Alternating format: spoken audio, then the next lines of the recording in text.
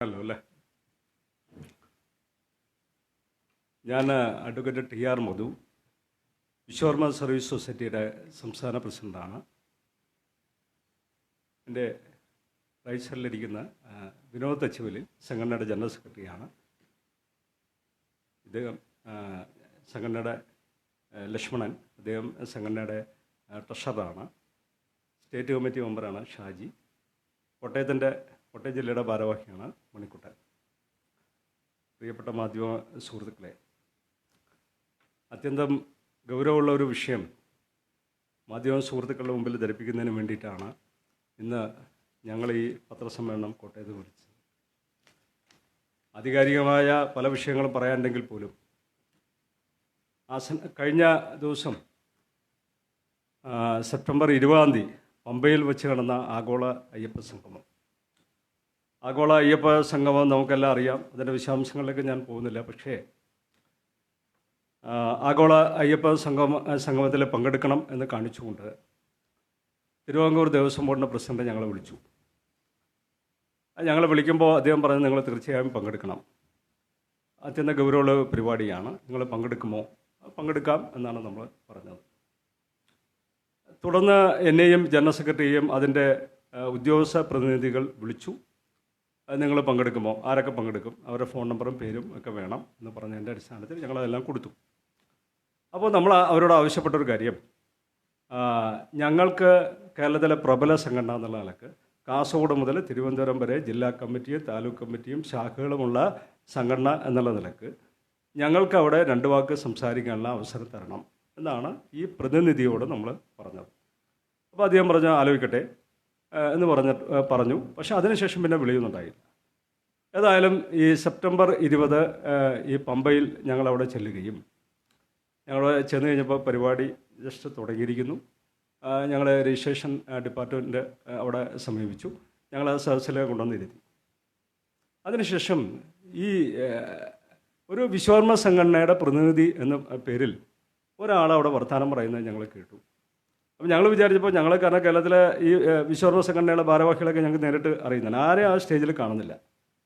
അപ്പോൾ തികച്ചും ഈ സംഘടനാ സംവിധാനത്തിൽ, കേരളത്തിലെ വിശ്വകർമ്മ സംഘടനാ സംവിധാനത്തിൽ ബന്ധമില്ലാത്ത ഒരാൾ അവിടെ നിന്ന് വികസന രാഷ്ട്രീയം പറയുന്ന കേട്ടപ്പോൾ ഞങ്ങൾ അപ്പം തന്നെ ഞങ്ങളെ ഇടിച്ച് ഞങ്ങൾ സ്റ്റേജിലേക്ക് കയറി. ഞങ്ങൾ ബഹുമാനപ്പെട്ട ഈ തിരുവിതാംകൂർ ദേവസ്വം ബോർഡ് പ്രസിഡന്റിനോട് പറഞ്ഞു, സാറ് വിളിച്ചിട്ടാണ് ഞങ്ങൾ വന്നത്, കേരളത്തിലെ പ്രബല സംഘടന എന്നുള്ള നിലക്കാണ് ഞങ്ങൾ വിളിച്ചതെന്നൊക്കെ ഞങ്ങൾ വിചാരിച്ചു. പക്ഷേ ഞങ്ങൾക്ക് 2 വാക്ക് പറയാനുള്ള അവസരം കിട്ടിയില്ല. അപ്പോൾ അദ്ദേഹം പറഞ്ഞു, ക്ഷമിക്കണം, തെറ്റുപറ്റിപ്പോയി എന്ന് പറഞ്ഞു. തുടർന്ന് 22-ാം തീയതി നടന്ന ശബരിമല സംരക്ഷണം എന്നുള്ള പേരിൽ പന്തളത്ത് നടന്ന പരിപാടിയിൽ അതിലും ഞങ്ങൾ ഇതുപോലെ ക്ഷണിക്കുകയും ഞങ്ങൾക്ക് പറയാനുള്ള കാര്യങ്ങളെല്ലാം പറഞ്ഞു. പക്ഷേ ഇവിടെ ശ്രദ്ധിക്കേണ്ട ഒരു കാര്യം, ഈ പമ്പയിൽ നടന്ന പരിപാടിയിൽ ആഗോള അയ്യപ്പ സംഗമത്തിൽ വിശ്വകർമ്മർ ഈ ക്ഷേത്രവുമായി നേരിടുന്ന, അല്ലെങ്കിൽ വിശ്വകർമ്മർ നേരിടുന്ന കുറേ പ്രശ്നങ്ങളുണ്ട്. ഇത് കാലാകാലമായി ഞങ്ങൾ ഉന്നയിക്കുന്ന വിഷയങ്ങളാണ്. കാരണം ക്ഷേത്രവുമായി അഭേദ്യമായി ബന്ധമുള്ള ആൾക്കാർ ഞങ്ങളാണ്. അപ്പോൾ അത്തരം കാര്യങ്ങളൊന്നുമല്ല ഈ ബഹുമാനപ്പെട്ട പ്രതിനിധി പമ്പയിൽ പരാമർശിക്കപ്പെട്ടത്. പക്ഷേ ഞങ്ങൾക്ക് വളരെ അസന്നിഗ്ധമായി തന്നെ ഈ 22-ാം തീയതി നടന്ന ശബരിമല സംരക്ഷണ പരിപാടിയിൽ ഞങ്ങൾക്ക് പറയാൻ കഴിഞ്ഞു. അപ്പോൾ ഇത് കാണിക്കുന്നൊരു കാര്യം, വിശ്വകർമ്മരോട് കടുത്ത അവഗണനയാണ് ഈ സർക്കാർ കാണിക്കുന്നത്. അത് സത്യം പറഞ്ഞാൽ ഞങ്ങൾക്ക് വലിയ വിഷമമുണ്ടാക്കി. ഞങ്ങളെ വിളിച്ചു വരുത്തിയിട്ട് അപമാനിച്ചു എന്നുള്ളതാണ് സത്യം പറഞ്ഞാൽ. അന്ന് തന്നെ അവിടെ പത്രക്കാരെ കണ്ട് ഞങ്ങൾ പറയാൻ ഉദ്ദേശിച്ചതാണ്. ഏതെങ്കിലും പത്രക്കാരെ കണ്ടത് പറയണം എന്ന് ആഗ്രഹിച്ചാണ്. പിന്നെ സർക്കാരിൻ്റെ പരിപാടിയും ദേവസ്വം ബോർഡിൻ്റെ പരിപാടിയും ആയതുകൊണ്ട് ഞങ്ങൾ ഉണ്ടായിരുന്നതാണ്. അപ്പോൾ ഇത് ശക്തമായ ഒരു പ്രതിഷേധം ഞങ്ങൾക്കുണ്ട്. ശക്തമായ ഒരു പ്രക്ഷോഭം തന്നെ ഞങ്ങളിൽ സംഘടിപ്പിക്കാനൊക്കെ ആഗ്രഹിക്കുന്നുമുണ്ട്. കൂടാതെ അതിനെ അധികരിച്ച് പറയേണ്ട കാര്യങ്ങൾ 1-2 കാര്യങ്ങൾ. ഇപ്പോൾ ഈ അടുത്ത് സെപ്റ്റംബർ 17 നമുക്കറിയാം, ഉമ്മൻചാണ്ടി സർക്കാരിൻ്റെ കാലഘട്ടത്തിൽ മന്നം ജയന്തിയും അയ്യങ്കാളി ജയന്തിയും പൊതു അവധിയായിട്ട് പ്രഖ്യാപിച്ചപ്പോൾ വിശ്വകർമ്മരുടെ ദിനം എന്നുള്ള നിലക്ക് ഈ സെപ്റ്റംബർ 17 നിയന്ത്രിത അവധിയായിട്ട് മാത്രമേ പ്രഖ്യാപിക്കപ്പെട്ടുള്ളൂ. അന്ന് മുതൽ ഒരു സാമൂഹ്യ അംഗീകാരത്തിൻ്റെ ഭാഗമായി സെപ്റ്റംബർ 17 വിശ്വകർമ്മ ദിനം അവധിയായി പ്രഖ്യാപിക്കണമെന്ന് പറഞ്ഞുകൊണ്ട് ഞങ്ങൾ സമരമാർഗത്തിലാണ്. ഓരോ വർഷവും സെപ്റ്റംബർ 17 സംഘടിപ്പിക്കുകയും ഞങ്ങൾ ഈ ആവശ്യങ്ങൾ ഉന്നയിക്കാറുണ്ട്. ഈ തവണ ഉണ്ടായ ഒരു കാര്യം, ഈ സെപ്റ്റംബർ 17 സംഘടിപ്പിച്ചപ്പോൾ ഇപ്പോൾ കാസർഗോഡ് മുതൽ തിരുവനന്തപുരം പരിപാടി, തിരുവനന്തപുരം മുതൽ ഈ പരിപാടികൾ സംഘടിപ്പിക്കുമ്പോൾ MLA-മാരെ ക്ഷണിച്ചു, MP-മാരെ ക്ഷണിച്ചു, മന്ത്രിമാരെ ക്ഷണിച്ചു. ആരും തന്നെ ഞങ്ങളുടെ പരിപാടിയിൽ പങ്കെടുത്തില്ല. സത്യം പറഞ്ഞാൽ ഞങ്ങൾക്കത് പറയാൻ തന്നെ വിഷമമുണ്ട്. ഇത് മന്ത്രിസഭാ സമ്മേളനം അല്ലെങ്കിൽ നിയമസഭാ സമ്മേളനം എന്ന് പറഞ്ഞതാണ് അതിൻ്റെ മറുപടിയായിട്ട് കാണുന്നത്. അപ്പോൾ മറ്റുള്ള സമുദായങ്ങളിലെ, അത് മുസ്ലിം സമുദായമായാലും ക്രിസ്ത്യൻ സമുദായമായാലും അല്ലെങ്കിൽ SNDP ആയാലും NSS, അവരാളുടെ ക്രിസ്ത്യൻ ഹിന്ദു സംഘടനകളുടെ പ്രബല സംഘടന എന്ന് പറയപ്പെടുന്നത്, എന്തെങ്കിലും പരിപാടി ഇങ്ങനെ ഉണ്ടെങ്കിൽ, ഇപ്പോൾ നാടുഗുരുവിൻ്റെ സമാധിയോ അല്ലെങ്കിൽ ജയന്തിയോ ഒക്കെ ഉണ്ടെങ്കിൽ അതൊക്കെ ആ സമയത്ത് മറ്റുള്ള പരിപാടികൾ മാറ്റി വെച്ചുകൊണ്ട് ഈ മന്ത്രിമാരും MLA-മാരും MP-മാരും പങ്കെടുക്കുന്ന സ്ഥിതിവിശേഷം കേരളത്തിൽ കാണുന്നു. ഒരാൾ പോലും പങ്കെടുത്തില്ല എന്നുള്ളത്. MP-മാർ ചില സ്ഥലങ്ങളിൽ, കാരണം അവർ ഈ പാർലമെൻറ്റൊക്കെ ഇല്ലാത്തതുകൊണ്ടായിരിക്കും, 1-2 സ്ഥലങ്ങളിൽ MP-മാരും പങ്കെടുത്തു എന്നല്ലാതെ മന്ത്രിമാരോ MLA-മാരോ അവരും പങ്കെടുത്തില്ല. അപ്പോൾ അത് സത്യം പറഞ്ഞാൽ ഒരു കടുത്ത അവഗണനയായിട്ട് ഞങ്ങൾ ആ വിഷയത്തിൽ കാണുന്ന ഒരു കാര്യമാണ്. മറ്റൊന്ന്, ഈ നേരത്തെ പറഞ്ഞ പോലെ ഈ ദേവസ്വം ബോർഡിൻ്റെ വിഷയത്തിൽ 1-2 വിഷയങ്ങൾ വളരെ ഗൗരവമായിട്ട് ധരിപ്പിക്കേണ്ട കാര്യമാണ്. നിങ്ങൾക്ക് എല്ലാവർക്കും അറിയാം, ഞങ്ങൾ ഈ പന്തളത്ത് നടന്ന മീറ്റിങ്ങിൽ ഞങ്ങൾ പരാമർശിക്കപ്പെട്ട വിഷയം അതാണ്. ഈ നാടിൻ്റെ ഈ ക്ഷേത്രവുമായി ബന്ധപ്പെട്ട ചരിത്രം പരിശോധിക്കുമ്പോൾ വിശ്വകർമ്മരുടെ കയ്യൊപ്പുകളുണ്ട് അല്ലേ? ഓരോ ക്ഷേത്രം നിർമ്മിക്കുന്നത്, അവിടെ വിഗ്രഹമായാലും അതിനെ തുടർന്നുള്ള കാര്യങ്ങളായാലും നാളിതുവരെ അതിൻ്റെ ഒരു ചരിത്രം ഇവിടെ കാണുന്നില്ല. മന്ത്രിയുടെ ചരിത്രം കാണാം, അല്ലെങ്കിൽ രാജാവിൻ്റെ ചരിത്രമുണ്ട്, പക്ഷേ വിശ്വകർമ്മയുടെ ചരിത്രമില്ല. ഇപ്പോൾ ശബരിമല തന്നെ, ശബരിമല ക്ഷേത്രം, തിരുവാഭരണം, ഇതെല്ലാം ആരുണ്ടാക്കി, അതിൻ്റെ ചരിത്രം നമുക്കൊരു ആർക്കിയോളജിയായിട്ട് ബന്ധപ്പെട്ട് തന്നെ നമുക്ക് ഈ കാര്യങ്ങളെല്ലാം വേണ്ടതാണ് അല്ലേ? അതൊന്നും ഇവിടെ ചർച്ച ചെയ്യപ്പെടുന്നില്ല, അതൊന്നും ഇവിടെ പരാമർശിക്കപ്പെടുന്നില്ല. ഇത് ഞങ്ങൾ കടുത്ത ഒരു വിഷയമായിട്ട് തന്നെ ഞങ്ങൾ ഗൗരവമായിട്ട് കാണുകയാണ്. മറ്റൊരു വിഷയം, അനുബന്ധമായ ഒരു കാര്യങ്ങൾ ഞങ്ങൾ സമരമാർഗവുമായി ബന്ധപ്പെട്ടൊരു വിഷയം ഞങ്ങൾ പറയുന്നത് ജാതി സെൻസസ് എടുക്കുക എന്നുള്ളതാണ്. നമ്മളെ ഭരണഘടന പറയുന്ന ജനസംഖ്യ ആനുപാതികമായ സംവരണം, ആ ജനസംഖ്യ ആനുപാതികമായ സംവരണം എന്ന് പറഞ്ഞാൽ ജാതി സെൻസസ് ഇവിടെ എടുക്കണമെന്ന്. ഇപ്പോൾ ജാതി സെൻസസ് സുപ്രീം കോടതിയും കേന്ദ്ര ഗവൺമെൻറ്റും കേരള ഗവൺമെൻറ്റും എല്ലാവരും പറയുന്നു, കോൺഗ്രസും മറ്റുള്ള പാർട്ടികളും എല്ലാവരും പറയുന്നു, BJP എല്ലാം പറയുന്നു. പക്ഷേ ഞങ്ങൾ വളരെ കാലക്കുട്ടി ഈ വിഷയം പറഞ്ഞാണ്. അത് വിശ്വകർമ്മയുടെ കണക്കെടുക്കല്ല, ഒരു ജാതിയുടെ കണക്ക് എടുക്കുകയല്ല, സമഗ്രമായ ഒരു കണക്കാണ് വേണ്ടത്. അവരുടെ പിന്നോക്കാവസ്ഥ, അല്ലെങ്കിൽ അവരുടെ സ്റ്റാറ്റസ് എന്താണ്, ഓരോ ജാതി വിഭാഗത്തിൻ്റെയും സ്റ്റാറ്റസ് എന്താണ്, അവർക്ക് എത്ര പ്രോപ്പർട്ടി ഉണ്ട്, എത്ര സമ്പത്തുണ്ട്, ആരൊക്കെ പഠിക്കുന്നു, അവരൊക്കെ ഉദ്യോഗസ്ഥന്മാരുണ്ട്, ആ സ്റ്റാറ്റസ് നോക്കിയിട്ട് ഇവിടെ സംവരണത്തിൻ്റെ അനുവാദമാണല്ലോ ഈ ജാതി സെൻസസിൻ്റെ മാനദണ്ഡം. അങ്ങനെയുള്ള ആളുകൾക്ക് ഈ സംവരണം കുറക്കണം. അതാണിപ്പോൾ രോഹിണി കമ്മീഷൻ എന്ന് പറഞ്ഞുകൊണ്ട് ഈ പറയുന്ന മണ്ഡൽ കമ്മീഷൻ്റെ സംവരണമൊക്കെ OBC വിഭാഗത്തിൽപ്പെട്ട ആളുകൾ, സമൂഹത്തിൻ്റെ മുഖ്യധാരയിൽ വന്നിരിക്കുന്ന ആളുകളുടെ സംവരണം കുറക്കാനിപ്പോൾ തീരുമാനിച്ചിരിക്കുന്നു. അപ്പോൾ ജാതി സെൻസസ് ഇവിടെ നടപ്പാക്കിയിട്ട് സമൂഹത്തിൻ്റെ മുഖ്യധാരയിൽ വന്നിരിക്കുന്ന ആളുകളിലെ, OBC വിഭാഗത്തിൽപ്പെട്ട ആളുകളിലെ അവരുടെ സംവരണം കുറക്കണം. ഞങ്ങൾ എടുത്തു പറയുന്നു, ഇപ്പോൾ SNDP OBC-യാ, സമൂഹത്തിൻ്റെ മുഖ്യധാരയിലേക്ക് വന്നിരിക്കുന്നു, നമുക്ക് നിസ്സംശയം പറയാം. ഭരണ പങ്കാളിത്തമുണ്ട്, ഉദ്യോഗസ്ഥ പങ്കാളിത്തമുണ്ട്, എല്ലാമുണ്ട്.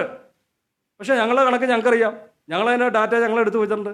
ഞങ്ങളുടെ ആളുകൾ എത്രത്തോളം, കാരണം ഇത് പറയേണ്ടി വരുന്നത് ഇവിടെ ജാതി വളരെ കൃത്യമായി പറയുന്നു എന്നുകൊണ്ടാണ്. ഇവിടെ കാര്യങ്ങൾ കൃത്യമാണെങ്കിൽ ഈ ജാതി സംഘടനകളൊക്കെ പിരിച്ചുകൊണ്ടുവന്ന് ഞാൻ പറയുക. പക്ഷേ ഇവിടെ കാര്യങ്ങൾ അങ്ങനെയല്ല, ജാതി പറഞ്ഞുകൊണ്ട് തന്നെ ഇലക്ഷനിലായാലും മറ്റുള്ള കാര്യങ്ങളായാലും ജാതി പറഞ്ഞുകൊണ്ട് തന്നെ കാര്യങ്ങൾ പോകുന്നു. അതുകൊണ്ട് തന്നെ ഞങ്ങൾ ജാതി പറയാൻ ഞങ്ങളെ നിർബന്ധിക്കപ്പെടുകയാണ്. അപ്പോൾ ഈ ജാതി സെൻസസ് എന്ന് പറയുന്നത് ഇവിടെ വേണം. നമുക്കറിയാം, അനുബന്ധമായി പറയുന്നൊരു കാര്യം, മഹാനായ അംബേദ്കർ 25 കൊല്ലം കഴിഞ്ഞാൽ ഇവിടെ സംവരണം അവസാനിപ്പിക്കണമെന്ന് പറഞ്ഞാണ്. 75 കൊല്ലമായി ഒന്നും ചെയ്യാൻ കഴിയുന്നില്ല. വോട്ട് രാഷ്ട്രീയം അല്ലേ, വോട്ട് രാഷ്ട്രീയം കണ്ടുകൊണ്ട് അതിൽ നിന്ന് മാറി നിൽക്കാൻ പറ്റുന്നില്ല എന്നുള്ളതാണ് അതിൻ്റെ ഒരു കാര്യം പറയേണ്ടി വന്നത്. ഇനി ഞങ്ങൾ ഈ കഴിഞ്ഞ കൊല്ലം 2024 ഞങ്ങളൊരു ജനമുന്നേറ്റ യാത്ര എന്ന് പറഞ്ഞ യാത്ര നടത്തി. കേരളത്തിലൊരു വിശ്വകർമ്മ സംഘടന നടക്കുക, കാരണം പ്രബല സംഘടന എന്നുള്ള ആൾക്ക് ഞങ്ങൾക്ക് അത് നടത്താൻ കഴിയുമായിരുന്നുള്ളൂ. അത് കാസർഗോഡ് മുതൽ തിരുവനന്തപുരം വരെയുള്ള ഒരു യാത്രയായിരുന്നു. അത് സെക്രട്ടേറിയറ്റിൽ വന്ന് അവിടെ സെക്രട്ടേറിയറ്റിൽ ഒരു ധർണ നടത്തിക്കൊണ്ടാണ് നമ്മൾ ആ പരിപാടി അവസാനിപ്പിച്ചത്. അത് ഞങ്ങൾ ഉന്നയിച്ച ഒരു പ്രധാനപ്പെട്ട കാര്യം, അതാണ് മാധ്യമ സുഹൃത്തുക്കളോട് പറയേണ്ട ഒരു വിഷയം. അപ്പോൾ നമുക്കറിയാം, ഈ OBC-യിലെ സംവരണം, മണ്ഡൽ കമ്മീഷൻ സംവരണം, ആ മണ്ഡൽ കമ്മീഷൻ സംവരണം 27% സംവരണം അത് കേന്ദ്ര ഗവൺമെൻറ് നേരിട്ട് വരുന്ന വിദ്യാഭ്യാസ സ്ഥാപനങ്ങൾ കേന്ദ്ര ഗവൺമെൻറ് കീഴിൽ വരുന്ന തൊഴിൽ സ്ഥാപനങ്ങൾ, മറ്റ് എന്താ പറയുക, ഗവൺമെൻറ്റുമായി ബന്ധപ്പെട്ട സ്ഥാപനങ്ങൾ, ഈ സ്ഥാപനങ്ങളിൽ 27% സംവരണം കൊടുക്കുന്നത് തുല്യമായിട്ടാണ്. എന്ന് പറഞ്ഞാൽ ഉദ്യോഗസ്ഥ രംഗത്തും തൊഴിൽ രംഗത്തും വിദ്യാഭ്യാസ രംഗത്തും ഈ 27% സംവരണമുണ്ട്. ഞങ്ങളിവിടെ PSCയിൽ ഞങ്ങൾക്ക് കിട്ടുന്ന സംവരണം 3%. അത് തൊഴിലിന് മാത്രമേ ഉള്ളൂ, ജോലി സംവരണം മാത്രമാണത്. ആ 3% സംവരണം തൊഴിൽ രംഗത്ത് ഞങ്ങളുടെ പിന്നോക്കാവസ്ഥ കണ്ടിട്ട് കൊടുത്തിട്ടുണ്ടെങ്കിൽ ആ 3% സംവരണം വിദ്യാഭ്യാസ രംഗത്തും വേണം എന്നുള്ളതായിരുന്നു ഞങ്ങളുടെ ആവശ്യം. വേണമല്ലോ. ആ ലോജിക്ക്, മണ്ഡൽ കമ്മീഷൻ്റെ ലോജിക്ക് അപ്ലൈ ചെയ്യുമ്പോൾ ആ ലോജിക്ക് ഇവിടുത്തെ തൊഴിൽ സംവരണം മാത്രം കൊടുത്താൽ പോരാ. 3% സംവരണം, ആ 3% സംവരണം വിദ്യാഭ്യാസ സംവരണം കൂടി ഉൾപ്പെടുത്തിക്കൊണ്ട് തന്നെ വരണം എന്നുള്ളതായിരുന്നു ഞങ്ങളുടെ ആവശ്യം. പിന്നെ ശങ്കരൻ കമ്മീഷൻ ഞങ്ങളെക്കുറിച്ച് പഠിച്ചു. അന്ന് ശുപാർശ ചെയ്തൊരു കാര്യം, 60 വയസ്സ് കഴിഞ്ഞ വിശ്വകർമ്മ തൊഴിലാളികൾക്ക് 3000 രൂപ കൊടുക്കുക എന്ന് പറയുന്ന കാര്യം. ഞങ്ങളിവിടെ പിന്നോക്കാവസ്ഥ അനുഭവിക്കുന്ന ആൾക്കാരാണ്. ഇന്ന് ഭാരതത്തിൽ 25 കോടി ജനങ്ങളുണ്ട്, വിശ്വകർമ്മനുണ്ട് എന്നാണ് പറയുന്നത്. കേരളത്തിൽ ഞങ്ങളെ പിന്നോക്കാവസ്ഥ അനുഭവിക്കുന്ന ആൾക്കാർ. തൊട്ടടുത്ത തമിഴ്നാട്ടിൽ പോയാൽ, ആന്ധ്രയിൽ പോയാൽ അവർ കുറച്ചും കൂടി മുന്നോക്ക ജാതികളാണ്. ഒറീസ, ബംഗാൾ അവിടെ പോയാൽ അവിടെയും ഈ പിന്നോക്കാവസ്ഥ അനുഭവിക്കുന്നു. അപ്പോൾ ഞങ്ങളുടെ പിന്നോക്കാവസ്ഥ കണ്ടുകൊണ്ട് OEC ആയിട്ട് പ്രഖ്യാപിക്കുക എന്ന് പറയുന്നൊരു കാര്യമാണ് ഞങ്ങൾ ഉന്നയിക്കപ്പെട്ടൊരു കാര്യം. പിന്നെ കേരളത്തിലെ ധനകാര്യ സ്ഥാപനങ്ങളിൽ അപ്രൈസന്മാരായിട്ട് നമ്മുടെ വിശ്വകർമ്മരെ തന്നെ കൊണ്ടുവരിക. കാരണം അവരൊക്കെ പട്ടിണി നേരിടുന്നു എന്നുള്ളൊരു കാര്യമാണ്. മറ്റൊരു കാര്യം, കേന്ദ്ര സർക്കാരും ചേർന്നിട്ട് ഒരു ആർട്ടിസൻസ് മന്ത്രാലയം രൂപീകരിക്കുക. എല്ലാ ഈ 103-ാം ഭരണഘടനാ ഭേദഗതിയായിട്ട് ബന്ധപ്പെട്ട മുന്നോക്കക്കാരിലെ പിന്നോക്കക്കാരുടെ സംവരണം, ആ സംവരണം വന്നു കഴിഞ്ഞപ്പോൾ നമ്മുടെ സംവരണം 50%. ആ സംവരണം നോൺ ഹിന്ദു എന്ന് പറയുമ്പോൾ 12% മാറ്റിവെക്കും. ആ മാറ്റിവെക്കുന്ന മേഖലയിൽ ഈ ഈവയ്ക്കും അതുപോലെ SCക്കും അതുപോലെ വിശ്വകർമ്മർ ഒഴികെയുള്ള സമുദായങ്ങൾക്കെല്ലാം കൂട്ടിക്കൊടുത്തു. പക്ഷേ ക്ഷേത്രവുമായി അഭേദ്യമായി ബന്ധപ്പെട്ട് നിൽക്കുന്ന വിശ്വകർമ്മർക്ക് അത് സംവരണം ഒട്ടും തന്നെ നിന്നില്ല എന്നുള്ളത് വളരെ ഗൗരവമായൊരു വിഷയമാണ്. അതുപോലെ ഈ തിരുവിതാംകൂർ ദേവസ്വം ബോർഡിൽ മൂത്താശ്ശേരി പട്ടം അല്ലെ സ്ഥപതി എന്ന് പറയുന്ന സാധനങ്ങളൊക്കെ ഉണ്ട്. ഇതൊക്കെ വിശ്വകർമ്മർക്ക് അവകാശപ്പെട്ടു, അതെല്ലാം മാറ്റി. മൂത്താശ്ശേരി പട്ടം എന്ന് പറയുന്നത് ഇപ്പോൾ ടെമ്പിൾ ആർക്കിടെക്റ്റ് ആക്കി. ആ ടെമ്പിൾ ആർക്കിടെക്റ്റ് എന്ന് പറഞ്ഞാൽ ആർക്കുണ്ടെങ്കിൽ അപേക്ഷിക്കാം എന്നുള്ള നിലക്ക് വന്നു. അതെല്ലാം വിശ്വകർമ്മരെ എടുത്തു കളഞ്ഞു എന്നുള്ളതാണ്. ഏതായാലും ഞങ്ങൾക്ക് പറയേണ്ടി വരുന്നൊരു കാര്യം, ഇപ്പോൾ ഇവിടുത്തെ പ്രബല സമുദായം, ഹിന്ദു സമുദായം പ്രബല സമുദായം, ഇപ്പം ഞങ്ങളുടെ ക്ഷേത്രവുമായി ബന്ധപ്പെട്ട് നിൽക്കുന്ന സമുദായമാണെന്ന് പറഞ്ഞു. ഞങ്ങളെ സംബന്ധിച്ച് ഞങ്ങളുടെ ഈ സംഘടന നിലകൊള്ളുന്ന ആൾക്കാരിൽ കേരളത്തിലെ വിശ്വകർമ്മർ അവരെല്ലാം ക്ഷേത്രവുമായി ബന്ധപ്പെട്ട് പറയുമ്പോൾ അവർക്കെല്ലാം കണക്കുകൾ കൃത്യമായി പറഞ്ഞു കൊടുക്കാൻ സാധിക്കും. ക്ഷേത്രവുമായി ബന്ധപ്പെട്ട കണക്കുകൾ നിസ്സാരമായ ഒരു കാര്യം, അത് വലിയ പഠനത്തിൻ്റെ ഭാഗമായിട്ട് അറിഞ്ഞ കാര്യങ്ങളാണ്. അവർക്കത് വിശ്വകർമ്മർക്ക് ആ കണക്കുകൾ പറഞ്ഞു കൊടുക്കുക മാത്രമല്ല, അവർക്ക് ആ പണി ചെയ്ത് കൊടുക്കാനും സാധിക്കും. ഇപ്പോൾ കാണിപ്പയ്യൂരിൻ്റെ കാര്യത്തിൽ കാണിപ്പയ്യൂർക്ക് ഉളിയും കൊട്ടോടി എടുത്ത് പണിയാൻ കഴിയില്ല, ഒരു സംശയമില്ലാത്തൊരു കാര്യമാണ്. അപ്പോൾ ഇവരൊന്നും ശ്രദ്ധിക്കപ്പെടുന്നില്ല. അങ്ങനെ ഈ സമൂഹത്തിൻ്റെ മുഖ്യധാരയിലേക്ക് വരേണ്ട ധാരാളം ആളുകളുണ്ട്. ഞങ്ങൾക്കറിയാം, 100 കണക്കിന് ആൾക്കാരറിയാം ഈ കേരളത്തിലുടനീളം. അവരൊക്കെ നന്നായിട്ട് പഠിച്ച ആളുകളാണ്. അവർക്ക് ഈ പണിയും ചെയ്തു കൊടുക്കാൻ സാധിക്കും. അപ്പോൾ സമൂഹത്തിലെ കേവന്മാരവരാ, ആ കേവന്മാരായ ആൾക്കാരെ സമൂഹത്തിൻ്റെ മുഖ്യധാരയിലേക്ക് കൊണ്ടുവരാൻ സംഘടനക്ക് മാത്രം കഴിയില്ല, അത് സർക്കാരും കൂടി ശ്രദ്ധിക്കണം എന്നുള്ളൊരു കാര്യമാണ് പറയേണ്ടി വരുന്നത്. ഏതാ അത് അഖില കേരള വിശ്വകർമ്മ മഹാസഭയുടെ ഒരു അല്ല, ഞാൻ ചോദിക്കട്ടെ, ഇതെല്ലാവരും അല്ല, ഞാൻ പറയട്ടെ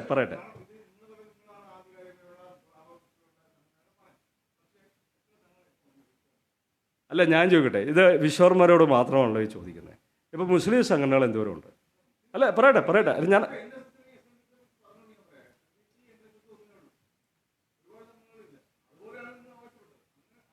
അല്ല, കേരളത്തിലെ സംഘടനകളുണ്ട്, ഇല്ലയെന്ന് പറയുന്നില്ല, ഇല്ലയെന്ന് പറയാം. പക്ഷേ അല്ല ഞാനൊരു കാര്യം ചോദിക്കട്ടെ. ഇപ്പോൾ കേരളത്തിൽ ഈ തിരുവിതാംകൂർ ദേവസ്വം ബോർഡ് പ്രസിഡന്റ് ഞങ്ങളെ വിളിച്ചു. ഞങ്ങൾ പറഞ്ഞിട്ടല്ല വിളിച്ചത്, ഞങ്ങളെ വിളിക്കപ്പെടണമെന്ന് ഞങ്ങൾ പറഞ്ഞില്ല. കേരളത്തിലെ ഈ പേപ്പർ സംഘടനകളായ വിശ്വകർമ്മ സംഘടനകൾ വേറെയുണ്ട്, അവരാരും വിളിച്ചില്ലല്ലോ. ആരൊക്കെ വിളിച്ചു ഞങ്ങൾക്കറിയാമല്ലോ, അവരാരും അവിടെ വന്നില്ലല്ലോ. അപ്പോൾ ഞങ്ങളെ അല്ല, ഞാൻ പറയട്ടെ, എങ്ങനെ ആ സംഘടന അഖില കേരള വിശ്വകർമ്മ മഹാസഭ എന്ന് പറഞ്ഞാൽ ഇന്ന് കേരളത്തിൽ 4 വിഭാഗമായിട്ട് നിൽക്കുന്നതാണ്. ഞങ്ങൾക്കറിയാം, ഞങ്ങൾ ഈ സംഘടനയിൽ നിൽക്കുന്ന ആൾക്കാരായതുകൊണ്ട് അറിയാം. അതിൻ്റെ ഒരു പ്രതിനിധി വരിക. ഇപ്പോൾ വിശ്വകർമ്മ സർവീസ് സൊസൈറ്റി 1968 രൂപീകരിച്ച ഈ സംഘടന അന്നും ഇന്നും ഏക സംഘടനയായിട്ട് പോകുന്നതാണ്, പിളരാതെ നിൽക്കുന്നൊരു സംഘടനയാണ്. ഞങ്ങൾ അത് മനസ്സിലാക്കിയിട്ടായിരിക്കുമല്ലോ ബഹുമാനായ ദേവസ്വം ബോർഡ് പ്രസിഡന്റ് ഞങ്ങളെ വിളിച്ചത്, അല്ലേ? ആ വിളിച്ചിട്ട് ഞങ്ങൾക്ക് 2 വാക്ക് സംസാരിക്കാനുള്ള അവസരം തരാതിരിക്കുക എന്ന് പറയുന്നത് പ്രതിഷേധാർഹമാണ്.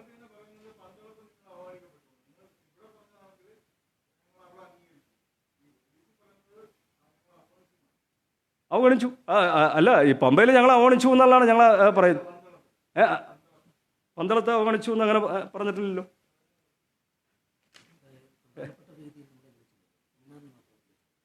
ഇവിടെ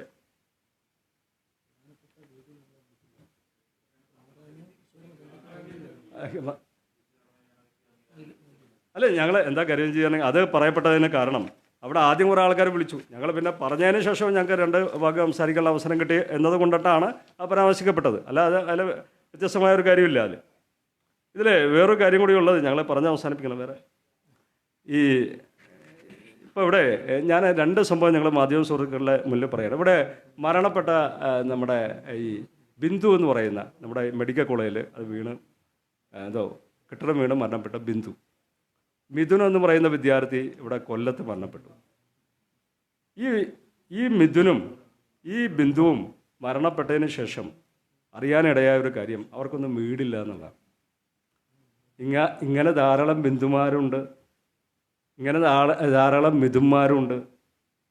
ഇത് കേരളത്തിലിത് അവർ മരണപ്പെട്ട് കഴിഞ്ഞപ്പോൾ അവർക്ക് വീടുണ്ടാക്കി കൊടുക്കാൻ ഇവിടെ രാഷ്ട്രീയ പ്രസ്ഥാനത്തിലുള്ള ആൾക്കാരുണ്ട്. ഇതാണ് സ്ഥിതി വിശദന്മാർ. ഇത് ഏറ്റവും വലിയ ദൃഷ്ടാന്തമാണത്. ഇത് കൂടുതലൊന്നും പറയാനില്ല. അതുകൊണ്ടാണത് ശക്തമായി എടുത്തു പറയേണ്ട കാര്യമാണെന്ന് പറയുന്നത്. ഈ ബാക്ക്വേർഡ്നെസ്, ഈ പിന്നോക്കാവസ്ഥ മനസ്സിലാക്കിക്കൊണ്ട് കേരളത്തിലെ ജനാധിപത്യ ഗവൺമെൻറ്റും മുന്നോക്കം നിൽക്കുന്ന ഹിന്ദു ജാതിയിൽപ്പെട്ട ആളുകൾ അവർ ഞങ്ങൾ മാത്രമല്ല കേട്ടോ, ഞങ്ങൾ മാത്രമല്ല കാര്യങ്ങൾ, കേരളത്തിൽ പിന്നോക്കാവസ്ഥ അനുഭവിക്കുന്ന ഹിന്ദു ബാധിപ്പെട്ട ധാരാളം ജാതി വിഭാഗങ്ങളുണ്ട്. അവരെല്ലാം സമൂഹത്തിൻ്റെ മുഖ്യധാരയിലേക്ക് കൊണ്ടുവരാനുള്ള ഉത്തരവാദിത്തം ജനാധിപത്യ ഗവൺമെൻറ്റും അതോടൊപ്പം തന്നെ SNDP NSS പോലുള്ള കേരളത്തിലെ പ്രബല സംഘടനയ്ക്കുണ്ട്. അത് ചെയ്യുന്നില്ല കാലാകാലമായിട്ട്, അല്ലേ? അത് എതിർക്കപ്പെടേണ്ട ഒരു കാര്യമാണ്. ഏതായാലും ശക്തമായ സമരമാർഗം ഇതുമായി ബന്ധപ്പെട്ട് അവലംബിക്കുന്നതിന് മുന്നോടിയായിട്ടാണ് ബഹുമാനപ്പെട്ട മാധ്യമ സുഹൃത്തുക്കൾ, കാരണം ഞങ്ങളുടെ ഓഫീസ് ചങ്ങനാശ്ശേരി ആയതുകൊണ്ടാണ് കോട്ടയം തിരഞ്ഞെടുത്തത്. പിന്നെ എടുത്തു പറയേണ്ട ഒരു കാര്യം, ഞങ്ങൾ കേരളത്തിലെ പല സ്ഥലങ്ങളിലും ഈ പത്രസമ്മേളനം നടത്താറുണ്ട്. അത് കാസർഗോഡ് പോലെ ഒരു വാർത്തയായിട്ട് പലപ്പോഴും കാണാറില്ല. അപേക്ഷിക്കുകയാണ്, ഞങ്ങളുടെ റിക്വസ്റ്റാണ്. ഇപ്പം ഇന്ന് ഈ പത്രസമ്മേളനം നടത്തി കഴിഞ്ഞാൽ സ്റ്റേറ്റ് വാർത്തയായിട്ട് ഈ കാര്യങ്ങൾ സൂചിപ്പിക്കണം എന്ന് പറയുന്നൊരു കാര്യം കൂടി അടിവരയായിട്ട് പറയാനായിട്ട് ആഗ്രഹിക്കുന്നു, വളരെ ഗൗരവമായിട്ട് പറയാൻ ആഗ്രഹിക്കുന്നു. എന്തെങ്കിലും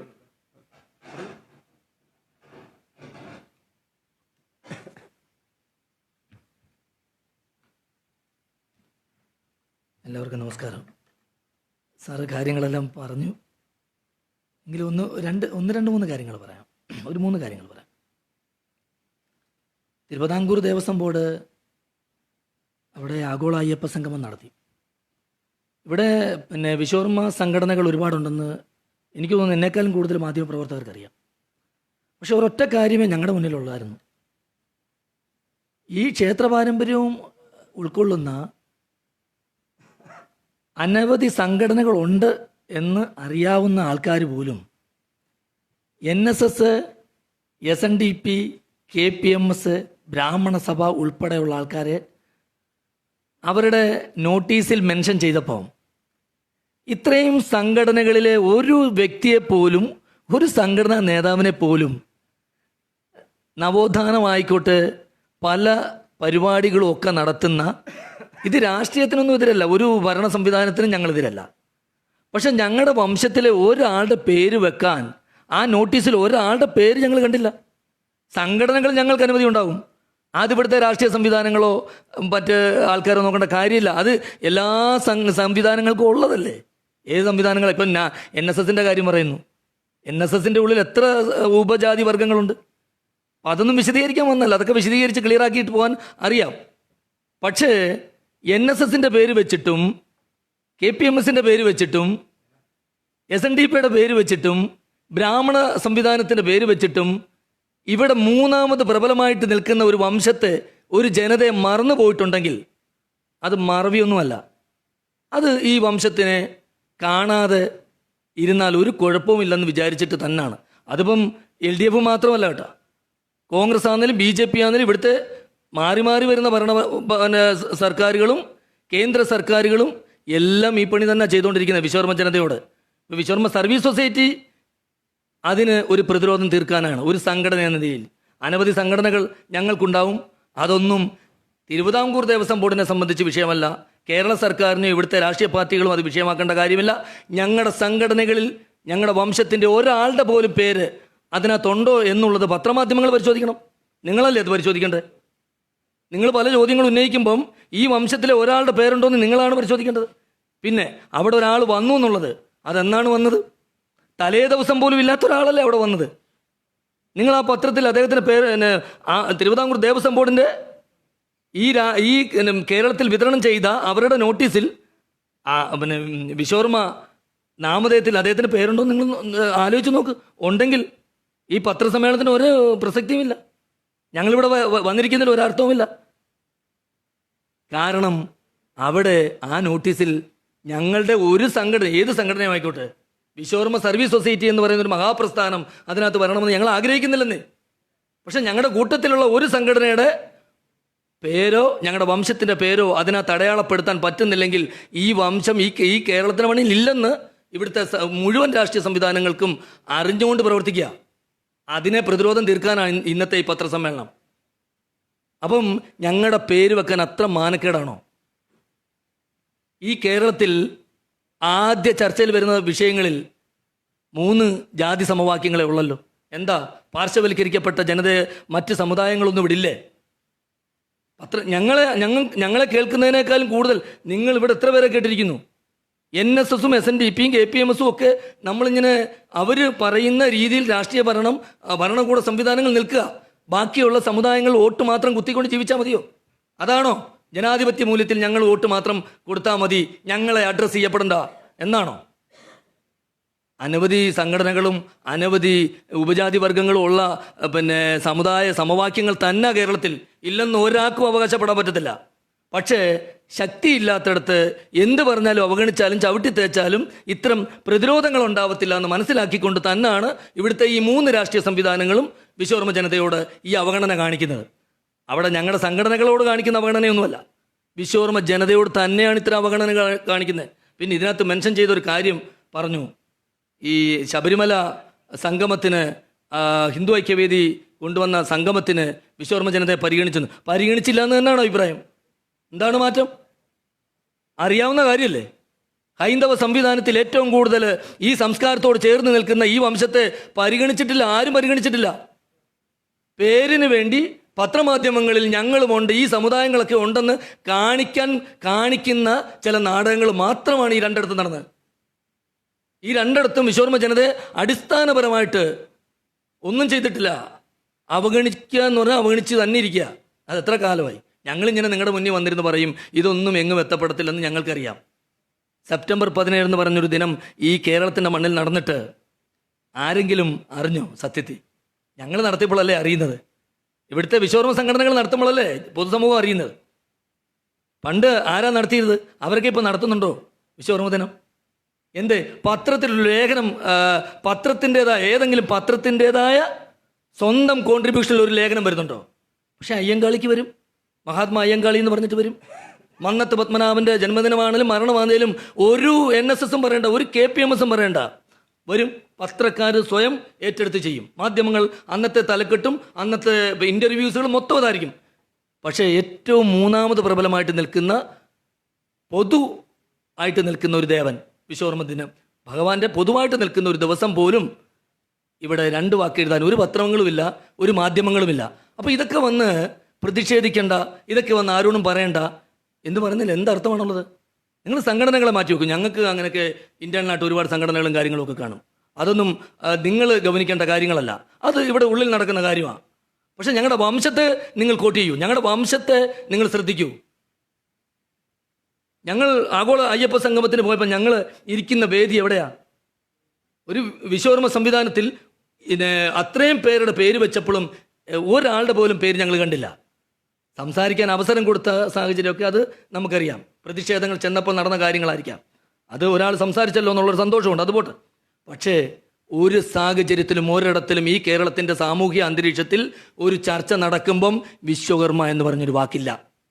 നിങ്ങൾ പത്രമാധ്യമങ്ങൾക്ക് ഏറ്റവും കൂടുതൽ അതറിയാം.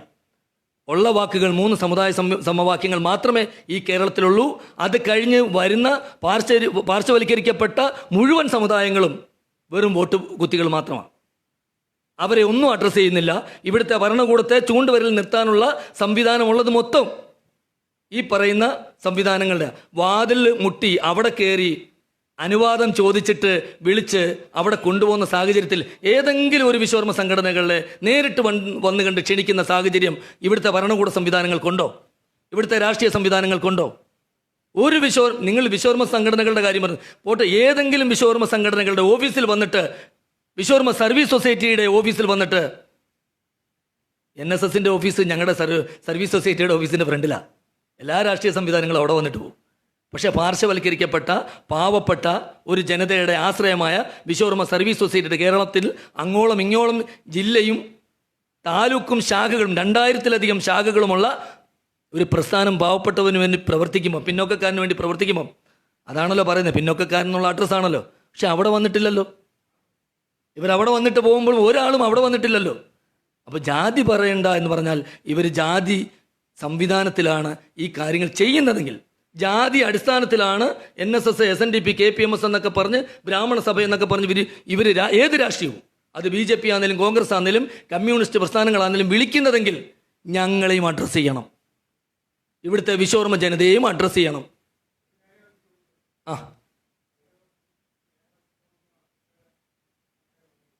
എവിടെ?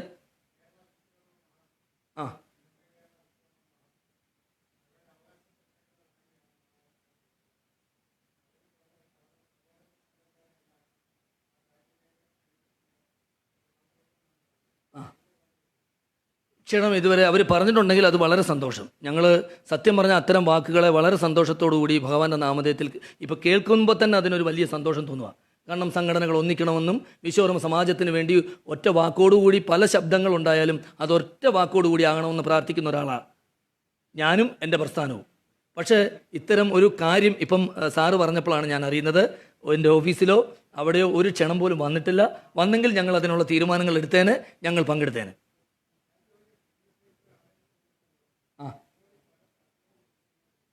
അല്ല ഞങ്ങൾ പല അത് അല്ല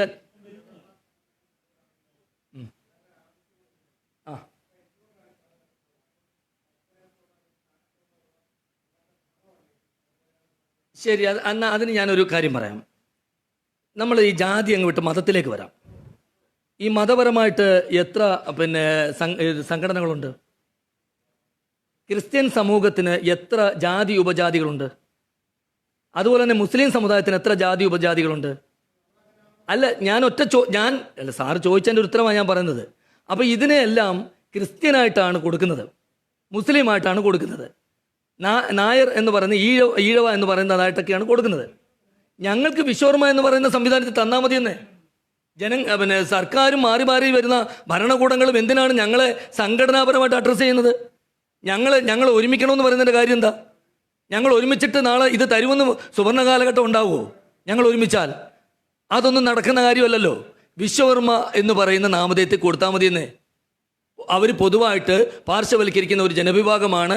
ഇവർ മുഖ്യധാരയിൽ എത്തണമെന്ന് ഇവിടുത്തെ രാഷ്ട്രീയ സംവിധാനങ്ങൾക്കും ഭരണകൂടങ്ങൾക്കും കാഴ്ചപ്പാടുണ്ടെങ്കിൽ, ഇവർ പിന്നോക്കമാണ്, പാവപ്പെട്ടവരാണെങ്കിൽ ആ സമൂഹത്തെ മുഖ്യധാരയിലേക്ക് കൊണ്ടുവന്നാൽ മതി. വിശ്വകർമ്മ എന്ന് പറയുന്ന നാമധേയത്തിൽ സംഘടനകൾക്ക് കൊടുക്കാൻ പറയുന്നില്ലല്ലോ.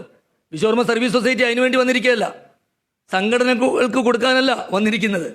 വിശ്വകർമ്മ ജനതയ്ക്ക് അത് ഗവൺമെൻറ്റാണ് ചെയ്യേണ്ടത്. അത് ഏത് ഗവൺമെൻറ്റാണെങ്കിലും അങ്ങനെ ചെയ്താൽ മതി. ന്യൂനപക്ഷം എന്ന് പറയുന്നത് കൊടുക്കുന്നത് മുജാഹിദിന് മാത്രമായിട്ടാണോ കൊടുക്കുന്നത്? ക്രിസ്ത്യൻ സുറിയാനിക്ക് മാത്രമായിട്ടാണോ കൊടുക്കുന്നത്? ഞങ്ങൾക്ക് അങ്ങനെ വേണ്ടെന്ന്. ഞങ്ങൾക്ക് വിശ്വകർമ്മ എന്ന് പറയുന്ന നാമധേയത്തിൽ കേരളത്തിൽ ഞങ്ങൾക്ക് അഡ്രസ്സ് ചെയ്താൽ മതി. ഞങ്ങളുടെ സംഘടനകളെ നോക്കണ്ട സാറേ, സംഘടനകളെ വിട്ടേക്കൂ. ഞങ്ങളുടെ ഈ പാവപ്പെട്ട പിന്നോക്ക സംവിധാനത്തെ മാത്രം നോക്കിയാൽ മതി. ഞാൻ പറഞ്ഞത് അങ്ങനെ പോലും അഡ്രസ്സ് ചെയ്യുന്നില്ലെന്നാണ് പറഞ്ഞത്. അവിടെ നിങ്ങൾ ഈ ചോദിച്ച പോലെയുള്ള ചോദ്യങ്ങൾ ചോദിച്ച്, കാരണം ഇത്തരം ചോദ്യങ്ങൾ ചോദിച്ചാൽ ഞങ്ങൾ സ്തബ്ധരായിട്ട് നിൽക്കും. ശരിയാണ്, അനേകം സംഘടനകളുണ്ടല്ലോ, അതുകൊണ്ട് ഒന്നിച്ച് വന്നാൽ എവിടെ ഈ കാര്യങ്ങൾ പിറ്റേ ദിവസം തൊട്ട് സുവർണ്ണ കാലഘട്ടം വിശ്വകർമ്മ ജനതയ്ക്ക് ഉണ്ടാകുമെന്നാണോ? അപ്പോൾ ഇത് കൊടുക്കുന്നത് ഞങ്ങൾക്ക് വിശ്വകർമ്മ ജനത എന്ന് പറഞ്ഞു കൊടുത്താൽ മതി. ഞങ്ങളുടെ സംഘടനകൾക്കൊന്നും ആരും അങ്ങനെ ബാധിക്കുന്നില്ല.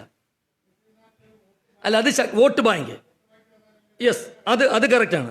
വോട്ട് ബാങ്ക് രാഷ്ട്രീയമാണ് നടക്കുന്നതെങ്കിൽ സാറി പറഞ്ഞ കാര്യം കറക്റ്റാണ്, അത് സമ്മതിച്ചു തന്നാൽ മതി. ഈ രാജ്യത്ത് കേരളത്തിൽ നടക്കുന്നത് വോട്ട് ബാങ്ക് ആണ് എന്നുള്ളത് കൃത്യമാണ്, അത് കറക്റ്റാണ്. സാറ് പറഞ്ഞ ആ വാദഗതിയോട് ഉറച്ചു നിൽക്കുക. ആ രാഷ്ട്രീയം ഞങ്ങൾ പ്രയോഗിക്കാൻ പോവാണെന്ന് ഞങ്ങളുടെ ജനതയോട് അത് പറഞ്ഞാൽ പോരെ. നിങ്ങൾ വോട്ട് ബാങ്ക് രാഷ്ട്രീയം കൊണ്ടുവരണമെന്ന് പറഞ്ഞാൽ പോരെ. അതെൻ്റെ ജനത കേൾക്കുന്ന കാലത്ത് ഈ പരിദേവനങ്ങളും ഈ പ്രസ് മീറ്റുകളും ഞങ്ങൾ ഇവിടെ അവസാനിപ്പിക്കും. അന്ന് ഞങ്ങൾ നേരെ നല്ല കാര്യങ്ങൾ വന്ന് പറയും. ശരി, എന്നാൽ എല്ലാവർക്കും വളരെ സന്തോഷം.